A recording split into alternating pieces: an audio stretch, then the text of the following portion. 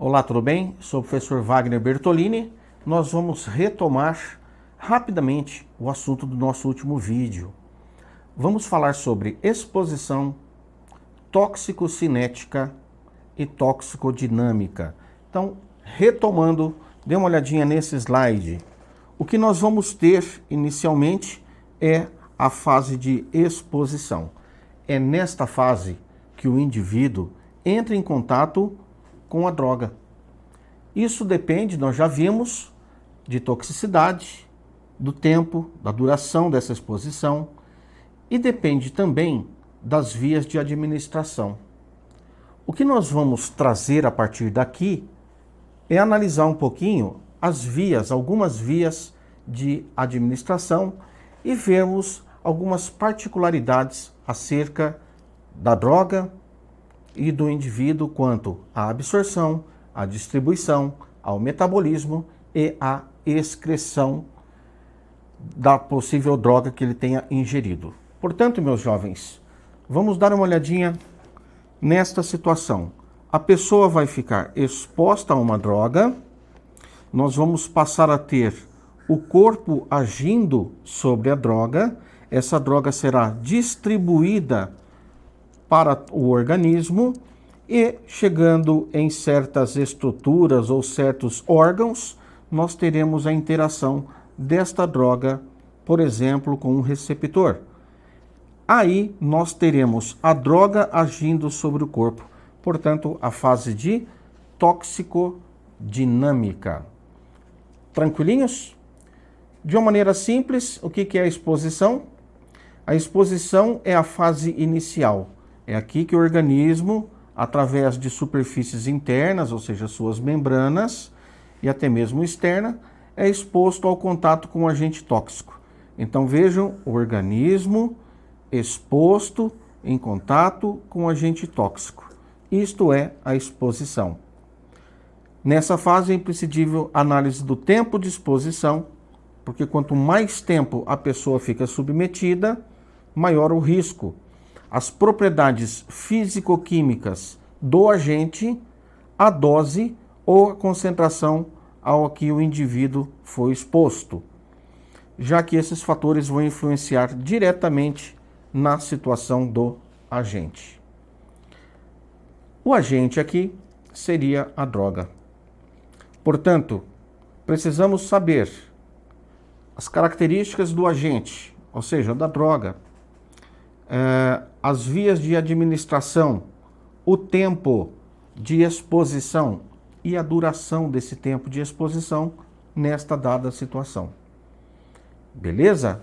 Portanto, meus jovens, nós vamos agora estudar um pouquinho mais a fase de exposição e vamos começar a discutir que ela vai depender das vias de introdução, frequência e duração, das propriedades do toxicante, dose ou concentração e também aspectos individuais da vítima.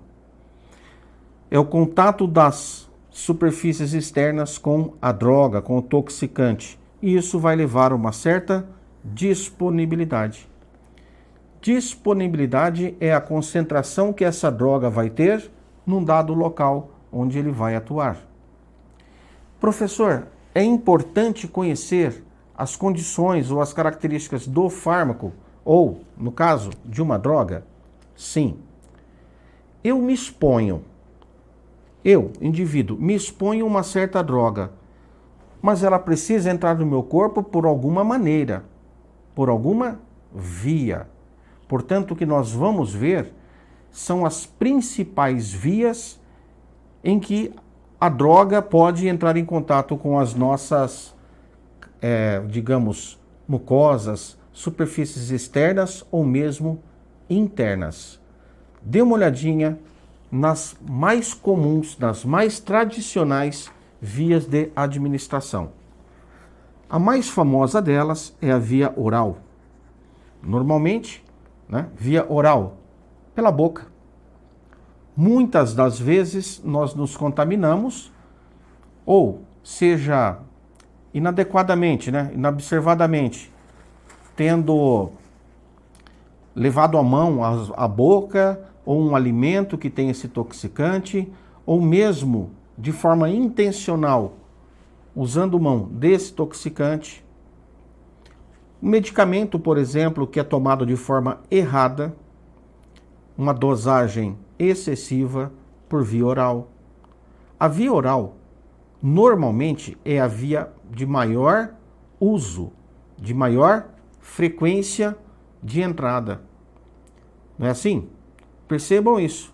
A maioria dos medicamentos, ou a pessoa vai tomar um veneno para morrer, ela não injeta o veneno. Normalmente ela toma o veneno. Alguém vai contaminar uma pessoa com chumbinho, com carbamato. Põe numa comida e a pessoa come. Põe num suco e a pessoa bebe. A via oral, disparadamente, é uma das mais importantes vias de administração de um fármaco. Temos a possibilidade de via ser sublingual. Já acho mais difícil isso para um crime, mas não tão improvável para um medicamento. Então, na via oral, nós temos a boca, embaixo da língua, nós temos também a possibilidade dos olhos. Estas aqui, em cor-de-rosa, muito mais difíceis no nosso dia a dia. Eu acredito que aqui fica mais por uma parte hospitalar, ambulatorial, no mínimo, algumas delas, não todas.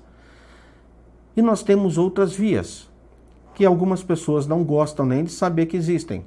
Como, por exemplo, nas mulheres, existe a possibilidade da via vaginal. Nos homens, via retal. Essas são duas vias extremamente interessantes do ponto de vista da absorção. Só que, culturalmente falando, são duas vias pouco usadas, principalmente por preconceito, pelo tipo de histórico-cultural. São vias extremamente importantes. Belezinha? Mas, professor, seria só isso? Não, nós temos inalação. Substâncias inalatórias, podem ser inaladas. Em que estado físico? Normalmente no estado gasoso. Ah, mas a cocaína é aspirada. Também. Estou falando de medicamento, normalmente vapores, voláteis, gasosos. Temos os colírios que podem ser usados na via oftálmica? Temos. Alguém se droga por via oftálmica? Eu já vi, inclusive até em filme. Temos a via otológica, tá certo? Portanto, vejam que nós temos diversas vias. Essas, digamos assim, são ministradas por orifícios, vamos dizer, por aberturas. E aí, existe aquela via que muita gente odeia, que põe medo na criancinha, que seria? Ai, professor, dá uma injeção na criança. Então, nós vamos ver que essa via se chama via parenteral. Parenteral. As anteriores aqui, elas poderiam se encaixar em enteral. A via aérea, a via bucal, ela é enteral, porque ela vai para o enteron, que é nosso tubo digestório, faz parte do nosso tubo digestório. A parenteral, ela é ministrada através de seringas. E aí, dependendo de profundidade e local, essa via enteral recebe um tipo de nome. Ela pode ser intradérmica, dentro da derme, abaixo da pele, subcutâneo. Temos casos, por exemplo, até de anticoncepcionais, que são colocados ali para serem liberados de uma maneira prolongada. Nós temos um pouco mais profundo, que é intramuscular, dentro do músculo, e nós temos direto na veia, que é a intravenosa. Observe uma coisa, a via intravenosa, ela já vai direto para a corrente sanguínea. Portanto, é uma via importante sobre alguns aspectos. Por exemplo, a ação, vamos falar de um medicamento ou de uma droga, ela é muito mais rápida. Ela não precisa ser absorvida. Pula essa etapa de absorção, que é uma etapa lenta. É uma etapa que eu diria assim, que ela define o tempo para a resposta da droga ou de um medicamento. Se a absorção é lenta, o efeito vai se apresentar dentro de um tempo maior do que, por exemplo, a mesma substância por via intravenosa. Isso é bom quando você quer um efeito rápido, por exemplo, para um medicamento. Mas o drogado também quer um efeito rápido. Então isso para ele é bom. Quais são os aspectos negativos? É que se tiver uma alta dosagem, o efeito é tão rápido que o socorro a essa pessoa tem que ser imediato. A chance de ter, por exemplo, overdose, no caso de drogas, é muito grande. Uma outra possibilidade negativa é uma técnica invasiva. Muita gente não gosta. Para um tratamento, vamos dizer no campo terapêutico, é das vias de administração com menor adesão por parte do paciente. Ele prefere tomar o comprimido do que a injeção. Mas, vamos pensar agora no mundo das drogas. O cara não está muito preocupado com a dor, ele se acostuma. Ele quer o efeito. E uma outra coisa perigosíssima no campo das drogas, e menos, mas não desprezível para o campo terapêutico, é o risco de contaminação.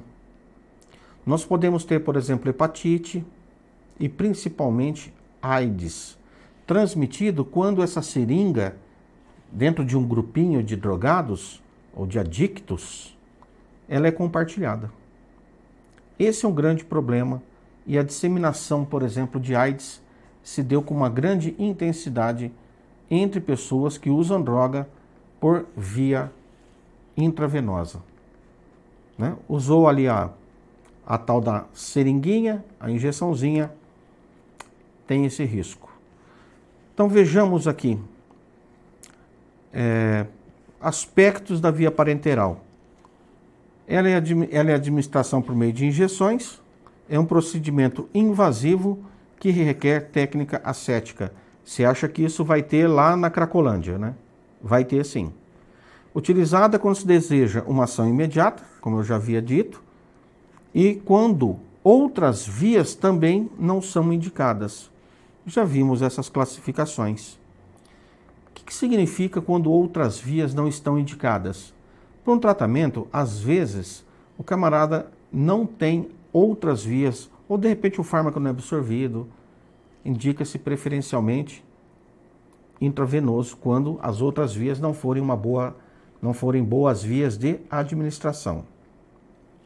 Agora nós vamos discutir um pouquinho já a toxicocinética. Nós vamos discutir a absorção, que é a primeira etapa da toxicinética. Portanto, cinética é como o corpo age sobre a droga. Pessoas, é importante que você conheça as propriedades físico-químicas.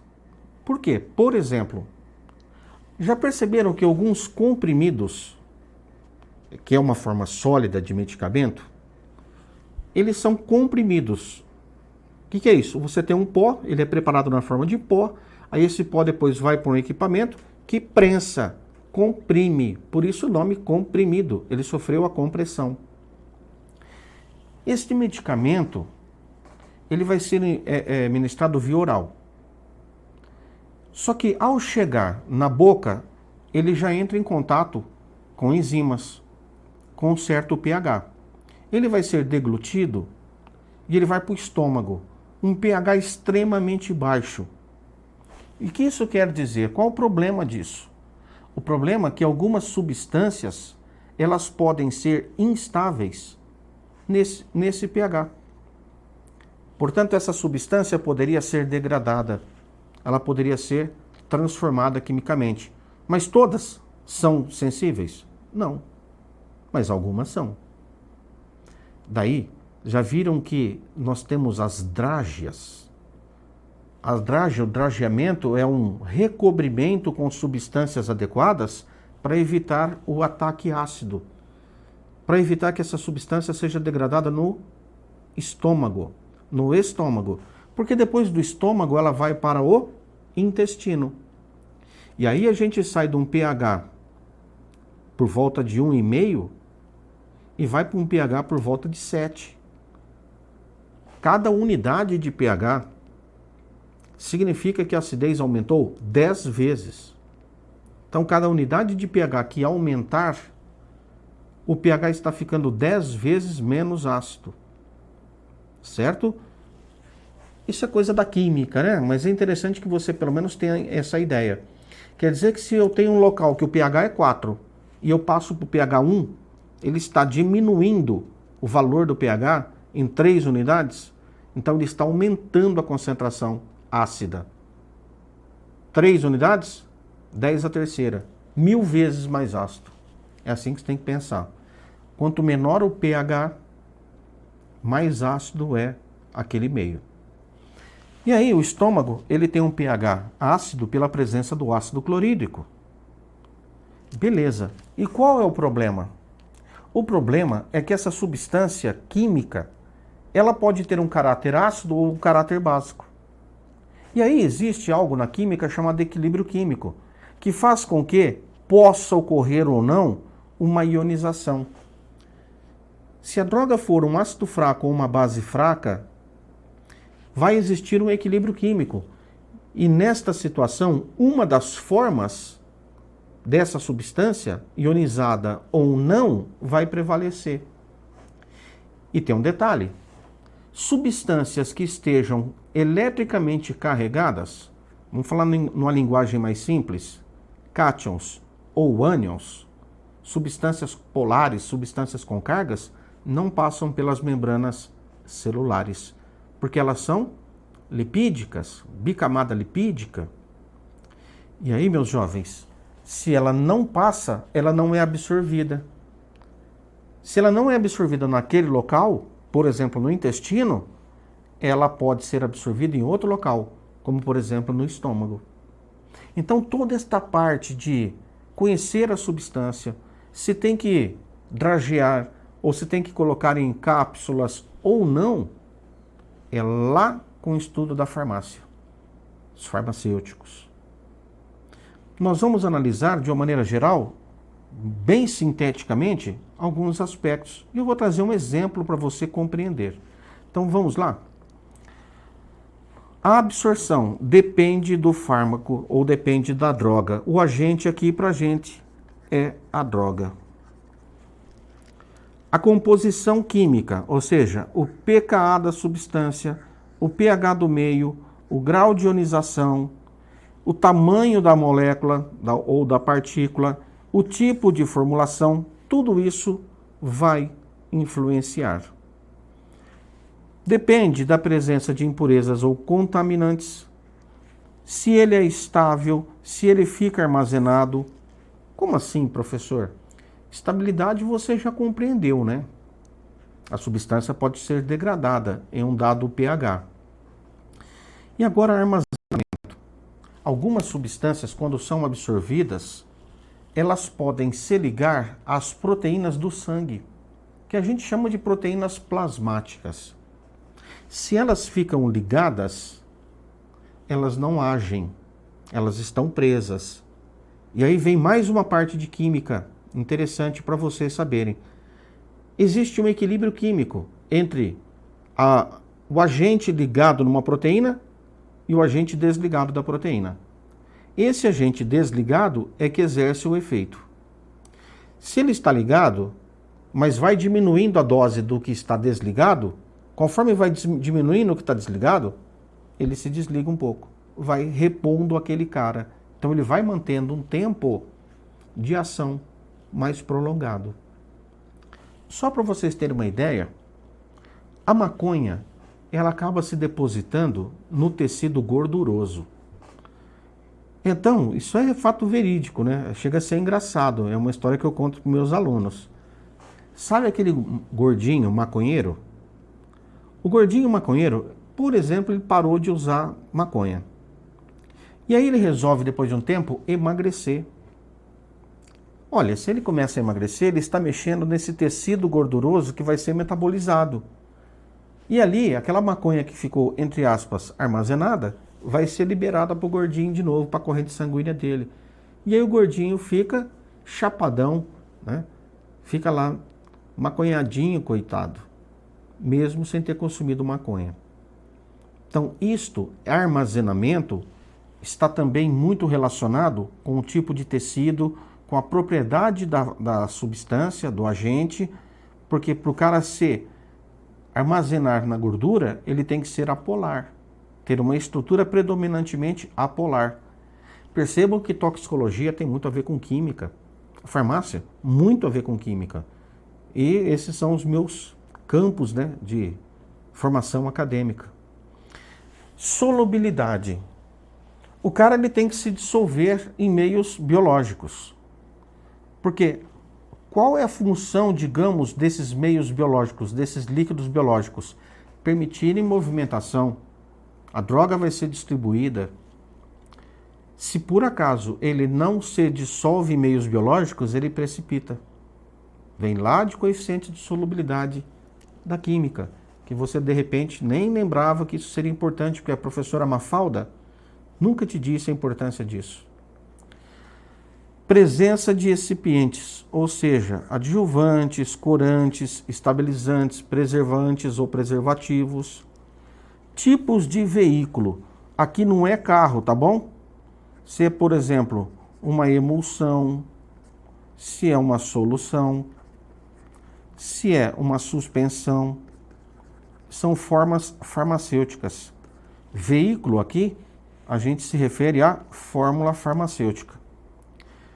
Então, de uma maneira geral, ó, solubilidade, pressão de vapor, que é a facilidade dele vaporizar, constante de ionização, tamanho da partícula, reatividade química, ele pode também reagir com algum componente, estabilidade, coeficiente de partição. Coeficiente de partição, vou dar uma ideia grosseira para vocês, ele é determinado assim, coeficiente de partição. Você pega uma mistura de água e óleo, 50%, 50% água, 50% óleo.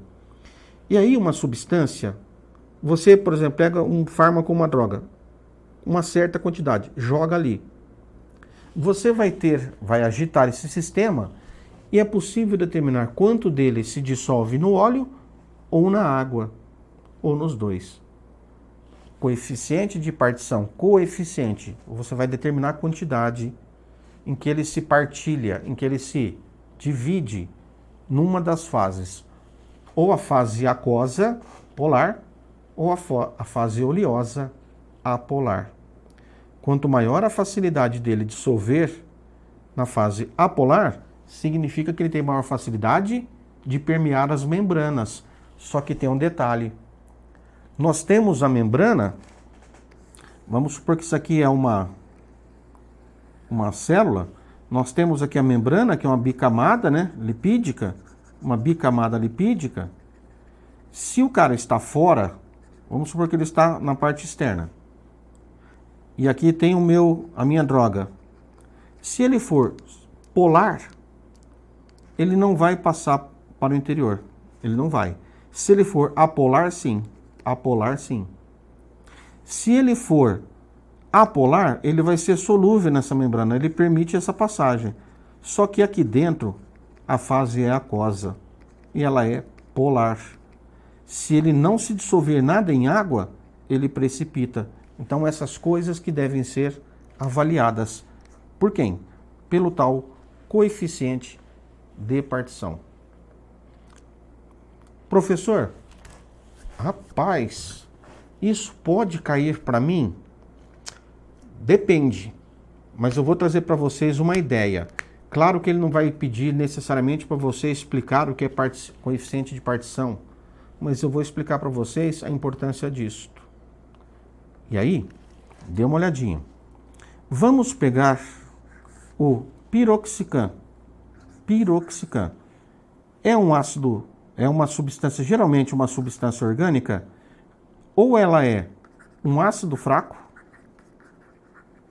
orgânico, né? Ou uma base fraca.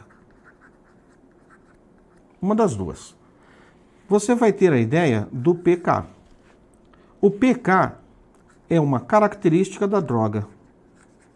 É uma característica individual da droga. Só depende da estrutura química em si. Só depende da estrutura química em si. Aí vamos ver o seguinte. Vamos pensar nesse piroxicam, que é um anti-inflamatório e você vai tomar via oral.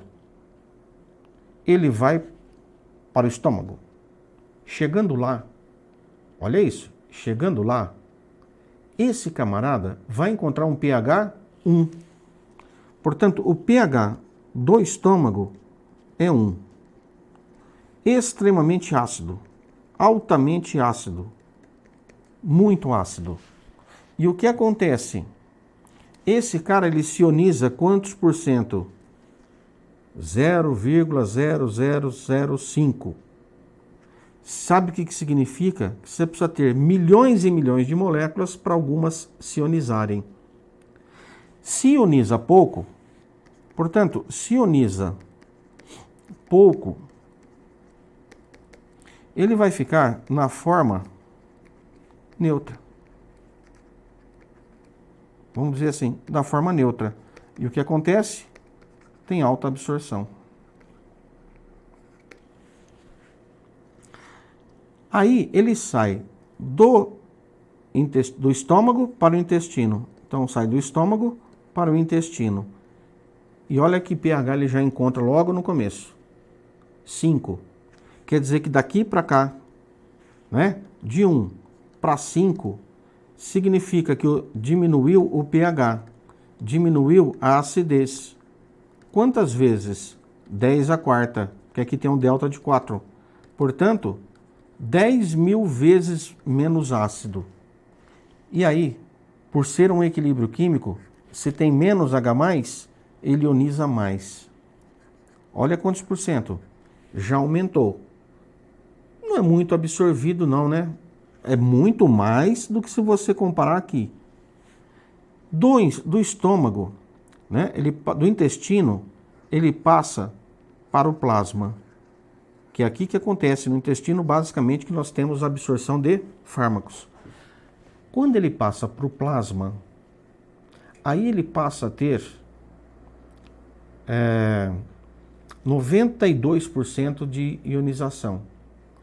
Se ele está 92% ionizado, significa que ele está altamente ionizado.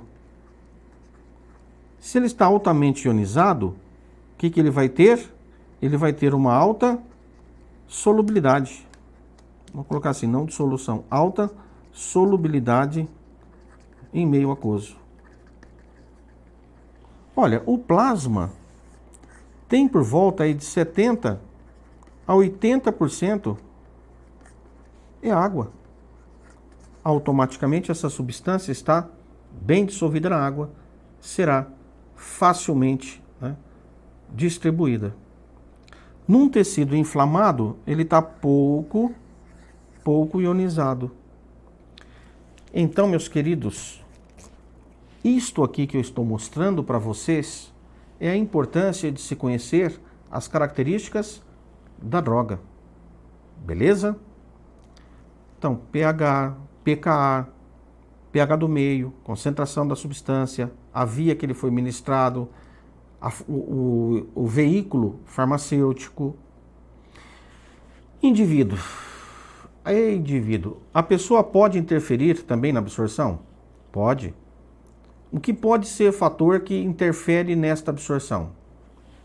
A idade, o sexo, a massa do indivíduo, presença de doenças orgânicas, o estado genético dele, ou seja, se ele tem alguma deficiência enzimática ou deficiência proteica, ou presença ou ausência de receptores.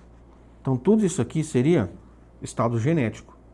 O estado imunológico, o estado nutricional, isso depende de componentes que estão na sua dieta.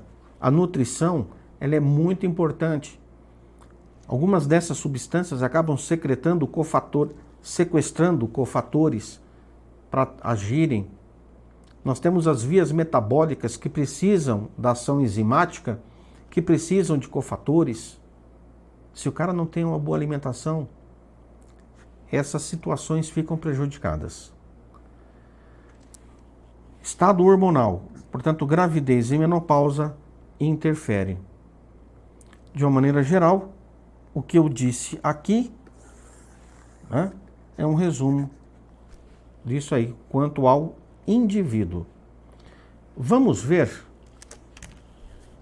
agora a parte de toxicocinética. Só que nós vamos ver de uma maneira mais ampla a distribuição. Vamos ver o metabolismo. Essa é uma parte muito bacana. Essa parte de metabolismo é bem interessante para a sua prova, porque ele pode questionar vias de eliminação. E aí, essa via de eliminação depende de como ele é metabolizado. Beleza?